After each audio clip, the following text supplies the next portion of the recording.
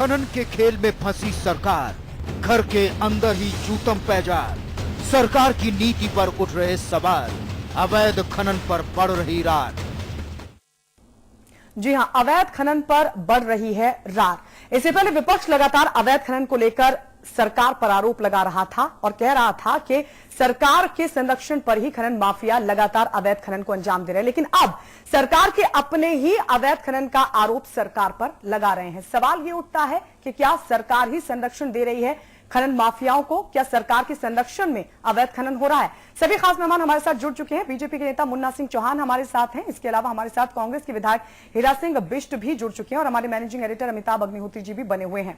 लेकिन उससे पहले आपको बता दें, दरअसल उत्तराखंड में अवैध खनन पर विपक्ष सवाल खड़े करता रहा है, लेकिन सरकार की व्यवस्थाओं पर सवाल इस बार विपक्ष से नहीं, कांग्रेस के अंदर से ही आ रहे हैं।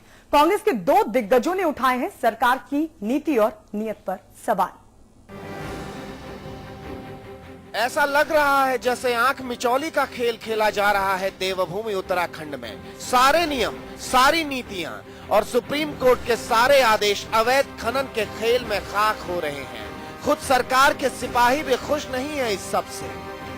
व्यापक रूप से जो है अवैध खनन हो रहा है और मशीनें लगी हुई हैं। जो बात ताज्जुब है कि हमारे यहाँ तो जो माइनिंग पॉलिसी है उसमें हाथ से ही चुगान की अनुमति है, लेकिन इतनी मशीनें लगी हुई हैं और सुप्रीम कोर्ट के इतने फैसले हैं उसके बाद जो ये हो रहा है, ये चिंता का विषय है। मुख्यमंत्री जी पास विभाग है, उनको देखना चाहिए।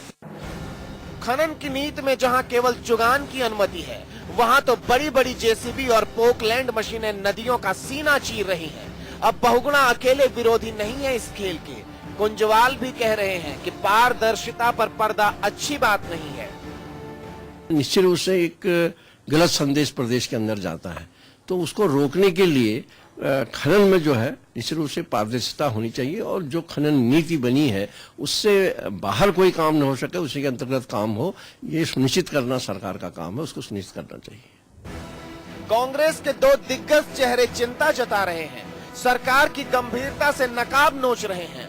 मुखिया जी की माने तो खनन जरूरी है, जुओं के डर से कपड़े नहीं उतारे जाते। वैसे भी कुछ तो लोग कहेंगे, लोगों का काम है कहना। कौन क्या कह रहा है मैं उस पर टिप्पणी नहीं करना चाहूंगा। दूसरी बात मैं ये कहना चाहूंगा, मैंने एक भी खनन पट्टा नहीं दिया है। मैं हाँ, जो खनन पट्टे दिए गए हैं वैध तरीके से, उन खनन पट्टे काम करें, ये देखना शासन का फर्ज है। और जब तक कोई चीज इरेगुलर नहीं पाई जाती है तो उन खनन पट्टों को हम काम करने देंगे। बहुगुणा सरकार में खनन के 300 पट्टे थे जो अब 700 हो गए। हरीश रावत कहते हैं हमने एक नहीं दिया, विरोधी कह रहे हैं चित भी मेरी पट भी मेरी। ऐसे तो नहीं चलती सरकार। चिट भी मेरी पट भी मेरी नहीं कह सकते हैं। जो लोग खनन में सम्मिलित हैं वही खनन को पकड़ने की बात कह रहे हैं, वही कह रहे हैं खनन को ठीक तरीके से होना चाहिए, हम ये कर देंगे वो कर देंगे। मतलब ये तो अजीब सी बात इस सत्ता में, इस सरकार में हमने देखी। करवा सब रहे हैं, जब हल्ला गुल्ला होने लग गया कहते हैं कि अब हम देखेंगे, इसको नहीं होना चाहिए, ये कर देंगे, पुलिस पकड़ेगी। क्या यार, कैसी सरकार आप लोग चला रहे हो। बहरहाल अवैध खनन के इस खेल में जहां सरकार के घर में हो रहा है बवाल, वहीं विरोधी भी जम कर ले रहे हैं ताल। प्रदेश में अवैध खनन लगातार जारी है और अब तो सरकार के अंदर से ही इस पर सवाल खड़े होने लगे हैं। पूर्व मुख्यमंत्री विजय बहुगुणा व गोविंद सिंह कुंजवाल ने साफ तौर पर कहा है कि प्रदेश में अवैध खनन लगातार हो रहा है। इनकार तो सीएम भी नहीं कर रहे हैं, लेकिन बड़ा सवाल यह है कि आखिरकार सब कुछ पता होने के बावजूद कार्रवाई क्यों नहीं कर रही है सरकार। कैमरामैन पवन के साथ मैं पंकज पवार, देहरादून, समाचार प्लस। तो सरकार की अपने ही सरकार की नीति और नियत पर सवाल उठा रहे हैं। सभी खास मेहमान हमारे साथ हैं। बीजेपी के नेता मुन्ना सिंह चौहान हैं हमारे साथ। इसके अलावा हमारे मैनेजिंग एडिटर अमिताभ अग्निहोत्री जी भी हमारे साथ बने हुए हैं। अब अमिताभ जी, सवाल ये उठ रहा है कि अभी तक तो विपक्ष कह रहा था, लेकिन अब तो सरकार के अपने ही सरकार पर सवाल खड़े कर रहे हैं। देखिए, स्वाभाविक है। और खनन एक ऐसा मसला है जो केवल उत्तराखंड नहीं, उत्तर प्रदेश में भी ये एक ऐसी गाय है जिसको हर सरकार दोहना चाहती है। खनन माफियाओं के संपर्क में हर सरकार रही है। हरीश रावत की सरकार भी उसका अपवाद नहीं। बहुगुणा कहते मैंने 300 पट्टे दिए, आज बात 700 पट्टे हैं। हरीश रावत कहते मैंने तो पट्टा दिया नहीं। ये आए कहां से? एक नई पॉलिसी लेके आना चाहते हैं वो कि भाई जैसे शराब की दुकानों को ऑक्शन होता है वैसे खनन के पट्टों का ऑक्शन होगा। मूल प्रश्न पॉलिसी का नहीं है, मूल प्रश्न कागज पत्तर का नहीं है। यहां मूल प्रश्न जो है वो इस बात का है, जो मैं समझ पाया हूं, कि आदमी को एक वैध पट्टा मिलता है और वो काम करता है 10 अवैध पट्टों के बराबर। वो रोकने की व्यवस्था कौन करेगा? एक। दूसरा, अनुमति है हाथ से चुगान करने की और लगा रहे हैं आप मशीनें, उसकी देखरेख कौन करेगा? वो करेगा इन्फोर्समेंट एजेंसीज जो है। इन्फोर्समेंट एजेंसीज किसके नेतृत्व में काम करती हैं, किसके दबाव में? पॉलिटिकल लीडरशिप यानी सरकार।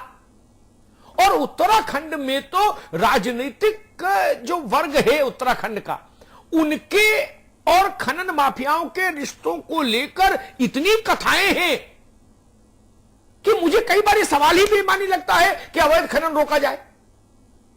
अरे भाई, सबकी हिस्सेदारी कौन रोकेगा अवैध खनन, और कौन उस पर प्रतिबंध लगा देगा?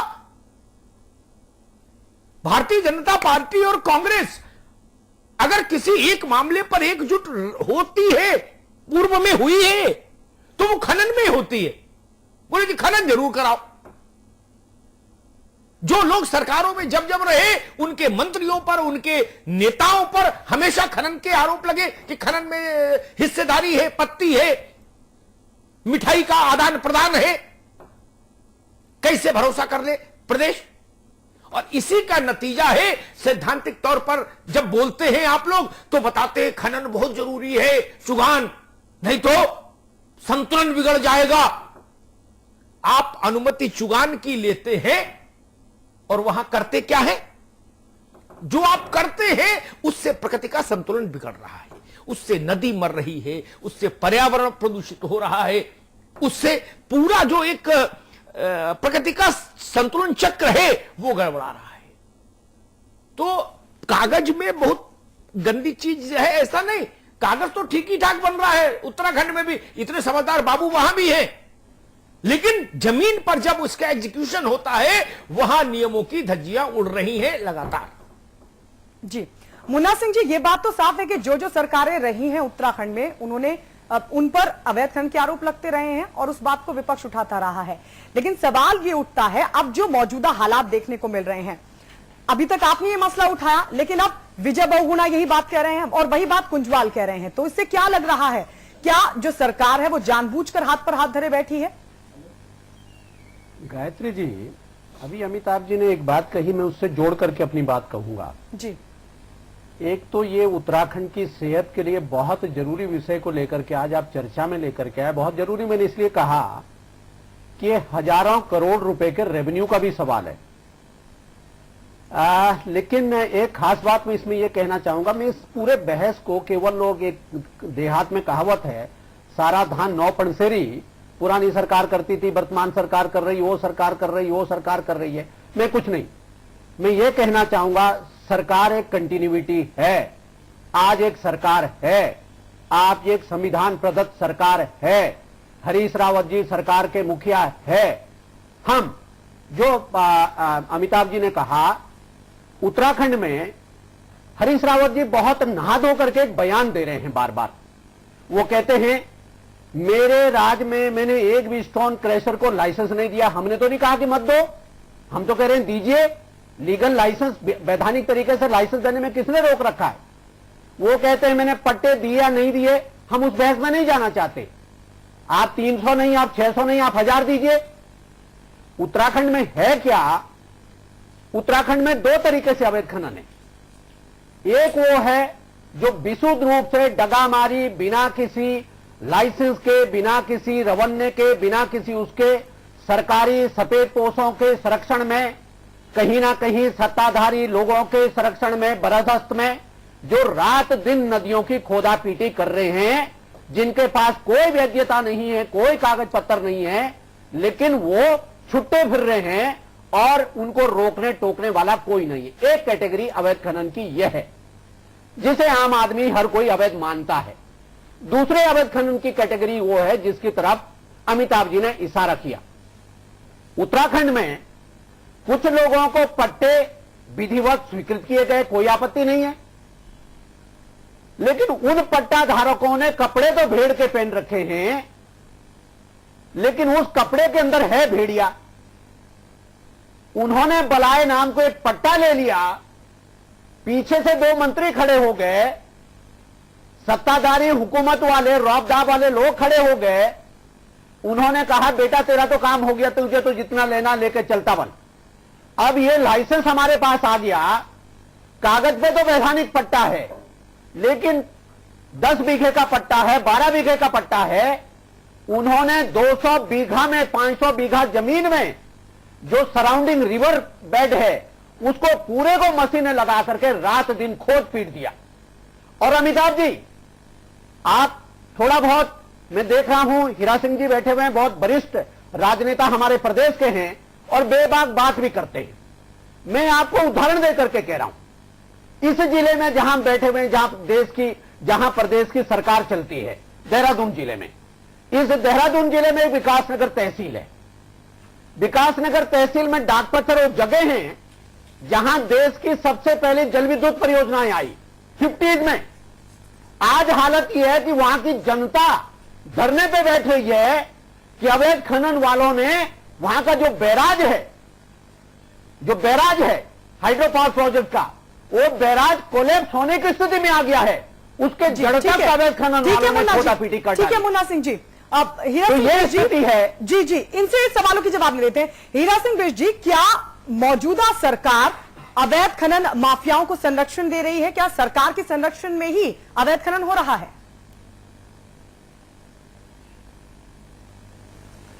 नहीं, सरकार किसी की भी हो, मैं तो ये देख रहा हूं वर्षों से उत्तराखंड के लिए सबसे शर्मसार बात यही है कि आज खनन माफिया सबसे बड़ा माफिया हो गया। उसने वन माफिया, भू माफिया, शराब माफिया को पीछे छोड़ दिया और बिना नेताओं के संरक्षण के होता नहीं है। जैसा मुन्ना सिंह जी ने क्राइटेरिया बताया, बिल्कुल सही है। कुछ तो अवैध कर रहे हैं, रातों रात ट्रक चल रहे, कुछ नहीं हो रहा, सारी सड़कें तोड़ दी और पुलिस के ऊपर, तहसीलदार के ऊपर ट्रैक्टर चढ़ा दिए। जो एसपी और डीएम ने सख्ती की, एसडीएम ने सख्ती की, उसको हटा दिया जाता है, कोई भी सरकार हो। लेकिन ये राज्य के लिए बहुत ही दुर्भाग्यपूर्ण है कि यहाँ खनन माफिया, जहाँ केवल पिकिंग की परमिशन है, केवल उठान की परमिशन है, वहां डोजर हर तरह की मशीनें उपयोग हो रही हैं और सरकार भी बदनाम हो रही है और उत्तराखंड का पर्यावरण भी खराब हो रहा है और केवल सरकार के सुप्रीम कोर्ट के निर्देशों की घोर अवहेलना हो रही है। हमें भी बहुत के पास है, फिर आप लगाम क्यों नहीं लगाते? हम परमिशन दे रहे इकट्ठा करने की, हम इस बात को नहीं देख रहे कि कहां से आ रहा है। वो माल अवैध करके इकट्ठा कर रहे, बेच रहे, और लेकिन जो एसडीएम, जो डीएम, जो तहसीलदार सख्ती करता है वही हटा दिया जाता है। बहुत दुखद अध्याय है। हमारे वन फॉरेस्ट के अधिकारी, हमारे रेवेन्यू के अधिकारी, हमारे पुलिस के अधिकारी, तीनों ताकतें मिलकर के इस प्रदेश को लूटने पर लगे हैं। इस पर कहीं न कहीं लगाम लगनी चाहिए। हीरा सिंह जी, तबाही आ रही है, प्रकृति से नहीं डर रहे। हीरा सिंह जी, सारे अधिकारी लूट में लगे हैं, उनके संरक्षण में लूट हो रही है, तो जिम्मेदारी मुख्यमंत्री की नहीं लगाऊं तो किसकी लगाऊं? भाई जनता के लिए तो मुख्यमंत्री जिम्मेदार है ना। मुख्यमंत्री जी ने कहा है कि उन्होंने कोई पट्टा नहीं दिया है, लेकिन अल्टीमेटली जिम्मेदारी तो सरकार की है। अरे पट्टा नहीं भी किया, हमारी सरकार में भी हो रहा है।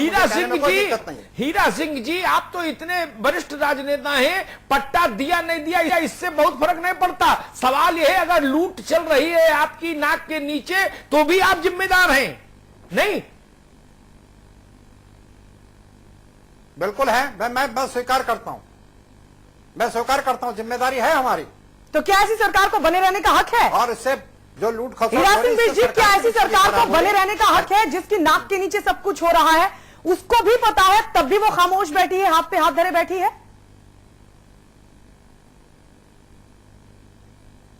नहीं, सरकार को कार्रवाई करनी चाहिए। हम सरकार हमारी है, मैं खुद कहता हूं सरकार को कार्रवाई करनी चाहिए। लेकिन अगर सुप्रीम कोर्ट ने पर्यावरण को संरक्षण के लिए मसूरी के खदानों को बंद न किया होता तो आज मसूरी तबाह हो गई होती, मसूरी गिर गई होती नीचे।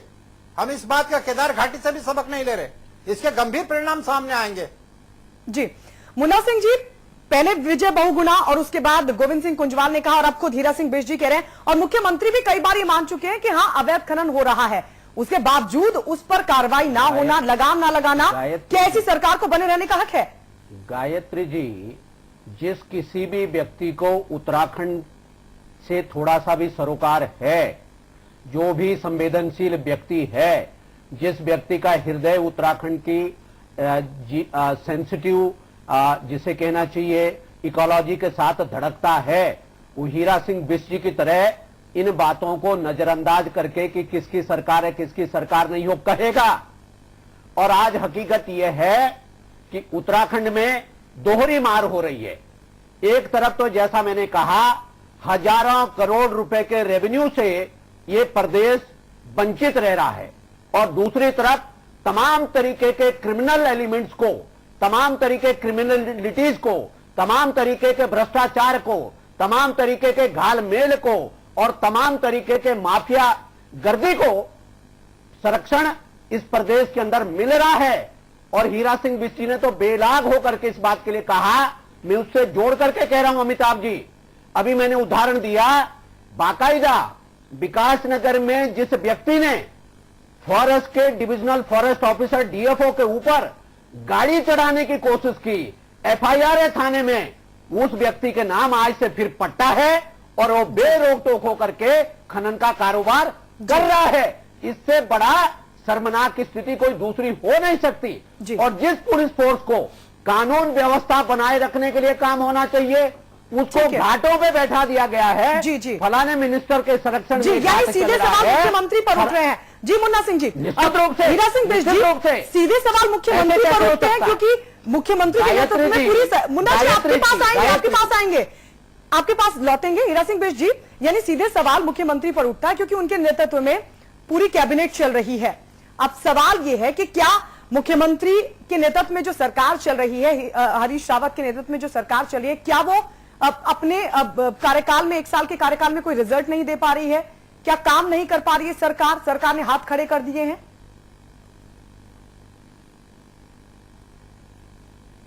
नहीं, सरकार ने हाथ नहीं खड़े करे। मुख्यमंत्री जी बहुत संवेदनशील है, वो प्रयास कर रहे हैं, लेकिन सामूहिक जिम्मेदारी है मंत्रियों के भी है, जिनके क्षेत्र में हो रहे, चाहे गौला नदी हो, गंगा, यमुना, जाखन, सारी नदियों में सब जगह खदान और झरने और मशीनें लगी है। ये दुर्भाग्यपूर्ण स्थिति है। कानून कहीं दिख नहीं रहा इन खनन के मामलों में, इसलिए सबकी सामूहिक जिम्मेदारी है, हमारी भी है। मैं कहता हूँ जो ताकतवर अधिकारी है, जो रोकना चाहता पुलिस का या सिविल या एसडीएम, वो हटा दिया जाता है। बड़ा दुर्भाग्यपूर्ण स्थिति है, तो उनके हाथ बड़े लंबे हैं। तो नहीं, लेकिन पहली जिम्मेदारी तो मुख्यमंत्री की बनती है, विभाग भी उनके पास है। हो गया, हमें बहुत अधिक तकलीफ है। हीरा सिंह जी आपकी तकलीफ के साथ जी मुख्यमंत्री जी ने कहा कि मैंने कोई नहीं, मेरे संज्ञान में आएगा, मैं कार्रवाई करूंगा। हीरा सिंह, उम्मीद है कि वो कार्रवाई करेंगे। हीरा सिंह जी, देर इसमें होती जा रही है।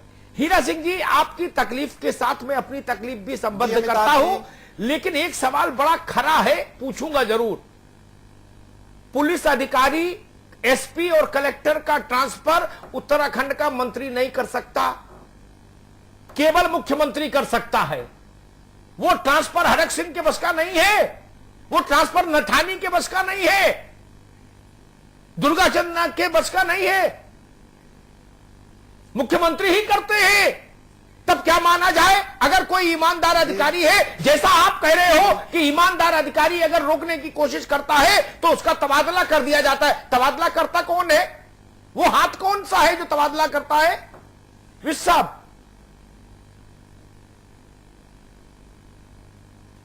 जी जो भी करता है, लेकिन दुर्भाग्यपूर्ण जो भी नहीं, एक ही व्यक्ति है उत्तराखंड में, जो भी नहीं को काम करना पड़ेगा। हीरा सिंह जी, जो भी का तो मतलब ही नहीं, उत्तराखंड में ऐसा कोई ट्रांसफर मंत्री कर ही नहीं पा रहा सकता, केवल मुख्यमंत्री करते हैं, तो फिर जिम्मेदारी मुख्यमंत्री पर आ जाती है। अमिताभ जी, मुन्ना सिंह जी बारे में अपना वक्तव्य दे दिया है। मुख्यमंत्री जी ने कहा है कि मैंने दिया नहीं, मैं गंभीरता से इस पर उनका वक्तव्य कोई वेद का वाक्य नहीं है जिसको हम मान ले। मुन्ना सिंह जी, यही सवाल आपसे, अब समय खत्म हो रहा है, यही सवाल अमिताभ जी, मुन्ना सिंह जी एक मिनट, यही सवाल आपसे बहुत संक्षेप में उत्तर चाहूंगा। उत्तराखंड में अगर ईमानदार अधिकारी जो रोकने की कोशिश करते हैं, कलेक्टर और कप्तान अवैध खनन को, उनका तबादला कर दिया जाता है, ये तबादला कौन करता है? जो तबादला करता है वही जिम्मेदार क्यों नहीं ठहराया जाए? ये सवाल। निश्चित रूप से हीरा सिंह बिष्ट जी ने हमारे इस आरोप की पुष्टि की है, इस पोजीशन को विंडिकेट किया है कि खनन माफियाओं की पहुंच सरकार में इस कदर बढ़ गई है, खनन माफियाओं का दखल इस कदर बढ़ गया है सरकार में कि उनके इशारे पर कर्तव्यनिष्ठ अधिकारियों को रात भर में चलता कर दिया जाता है, जो खनन माफियाओं के इशारे पर चलने से इनकार करते हैं। इसीलिए ही हम जोर दे करके भारतीय जनता पार्टी इस बात का आरोप लगा रही है कि निश्चित रूप से सरकार में माफियाओं का दखल बढ़ गया है और माफियाओं के इशारे पर कर्तव्यनिष्ठ अधिकारियों का उत्पीड़न होता है, ट्रांसफर होता है, मुन्ना सिंह जी, हटा दिया जाता है। निश्चित रूप से ये गंभीर बात है, ये गंभीर विषय। बिल्कुल ये गंभीर विषय है। अमिताभ जी, संपादक की टिप्पणी। देखिए, मैं इस स्थिति को भी बहुत वेग बातें हुई जी, प्राणियों में सद्भाव हो, धर्म की जय हो जा टाइप की। मैं इसको थोड़ा और माइक्रो लेवल पर जाके फोकस्ड करने की कोशिश करता हूं संपादक की टिप्पणी में। मैंने मुन्ना सिंह जी, आपकी नजर, माना कि किसी मंत्री के इलाके में अवैध खनन हो रहा है, मंत्री भी उसमें मिठाई खा रहा है, समझिएगा बात को। मैं मुख्यमंत्री हूं, मैं ऐसा एसपी और कलेक्टर तैनात कर दूंगा और उसको अपनी पावर दे के भेजूंगा कि जाओ और सीज करो। जब वो आएंगे, मेरे पास आएंगे ना ट्रांसफर के लिए, मैं ट्रांसफर नहीं करूंगा। खनन बंद होगा कि नहीं होगा, ये साहस तो जुटाना पड़ेगा। अगर अधिकारी हटा दिए जा रहे हैं रातों रात, तो इसके लिए मुन्ना सिंह चौहान दोषी है क्या, या आदरणीय हीरा सिंह बिष्ट जी दोषी है? नहीं ना। कलम किसके पास है? जिसके पास कलम है उसी के पास ताकत होती है, और जिसके पास ताकत होती है वही कटघरे में भी खड़ा होता है, जान लीजिए। सिपाही और चपरासियों के लिए बहस करने नहीं आता मैं कि जी वो गोला नदी में एक कोको कोला नाम का सिपाही था, इस पर थोड़ी ना बहस करूंगा कि गोला में कोला है कि कोला में गोला है। मूल बात यह है, ईमानदार अधिकारियों को फ्री हैंड क्यों नहीं मिल पा रहा? यह तो राजनीतिक दबाव में आप काम कर रहे हैं। क्या राजनीतिक दबाव इतने बड़े हो जाएंगे, सत्ता चलाना इतना जरूरी हो जाएगा कि प्रदेश को दांव पर लगा देंगे? एक बात सरल हिंदी में पूछता हूं मुन्ना जी, अब नहीं, एक बात सरल हिंदी में पूछता हूं, उत्तराखंड की जनता तय करे। अगर सुप्रीम कोर्ट ने कहा वहां चुगान, अब जितना मैं समझ पाया हूं, चुगान का अर्थ जैसे चिड़िया चुगती है, वहां से शब्द आया होगा, ऐसा मैं समझता हूं। मैं बहुत ज्ञानी नहीं उत्तराखंड के मामले में, लेकिन ऐसा समझता हूं, ठीक है ना। हैंड पिक्ड, हाथ से चुनिए। वहां ये मशीनें क्या कर रही हैं? ये मशीनें दिखती नहीं? किसको नहीं दिखती? अंधे को भी दिख जाएंगी, जिसको मोतियाबिंद है उसको भी दिख जाएगा। जिसकी आंख में मोतियाबिंद है, दोनों आंखों की नेत्र ज्योति चली गई, वो भी मशीन की खड़कड़ सुन के पागल हो जाएगा। दिखाई नहीं दे रहा, समझ नहीं आ रहा, इसलिए नहीं दिखाई दे रहा। हीरा सिंह जी, मुन्ना सिंह चौहान जी, जब पत्रम पुष्पम और मिष्टान्न का मामला आ जाता है ना, तो आंख देखना बंद कर देती है, कान सुनना बंद कर देती है। कोई माफिया नहीं होता, सरकार की शक्ति के आगे कोई माफिया कैसे रह सकता भाई? अक्षुण्ण शक्ति होती है सरकार के पास, अक्षुण्ण शक्ति। संविधान पूरे अधिकार देता है मुख्यमंत्री को शासन चलाने के। आप शासन नहीं चला पाए, भय से, लालच से, यह आपका विषय है, लेकिन अधिकार पूरे होते हैं। कौन मंत्री हाथ पकड़ लेगा कि इस अधिकारी का तबादला नहीं करो? क्या पकड़ सकता है? नहीं पकड़ सकता ना। तब इसका मतलब इस तरफ से उस तरफ तक सब शरीके जुर्म है, इस तरफ से उस तरफ तक सब शरीके जुर्म है। आदमी या तो रिहा है या जमानत पर फरार। उत्तराखंड की तस्वीर आज की तारीख में ये है। और एक बात कहूं जिससे मेरा जो दर्शक है वो समझ पाए, जो उसकी ओर मैंने शुरुआत में इशारा किया था, मुन्ना सिंह जी, हो क्या रहा है? एक 12 बोर की बंदूक का पुराने मॉडल का आप कलेक्टर से लाइसेंस लेके 20 SLR और कार्बाइन लेके चल रहे हो अवैध। ये खनन में हो रहा है। इतनी से भूभाग का पट्टा लेके जेब में रखते हैं और उसके बाद पूरी नदी घेर लेते हैं। उसी में से हिस्सेदारी बट रही है। वैध खनन में रिश्वत कैसे आएगी? वैध खनन में उतनी रिश्वत नहीं ना आ सकती। ₹1-2 कभी चना मुरमुरा खिला देगा आदमी अवैध खनन करेगा तो? लक्ष्मी तो अवैध खनन में ही बस रही है, इसलिए अवैध खनन हो रहा है। उत्तराखंड को तय करना होगा, उसको नदी चाहिए, उसको प्राकृतिक संतुलन चाहिए, उसको केदारनाथ जैसी आपदाओं से बचना है, तो भ्रष्ट राजतंत्र को, भ्रष्ट राजनेताओं के नेक्सस को तोड़ना होगा। इसके अलावा अब उत्तराखंड के सामने कोई दूसरा विकल्प नहीं, कोई दूसरा रास्ता नहीं उत्तराखंड के सामने। उसको अपने भविष्य के बारे में आज तय करना होगा, वहां के लोगों को तय करना होगा। अगर वो चाहते हैं कि उत्तराखंड जीवित रहे, प्राकृतिक संतुलन कायम रहे, तो उनको राजनेता और अपराधियों के बीच के इस गठबंधन को तोड़ना होगा। जब तक जनता जागृत नहीं होगी, राजनेताओं के भरोसे ये अवैध खनन नहीं रुकेगा, कभी नहीं रुकेगा। बहुत बहुत धन्यवाद।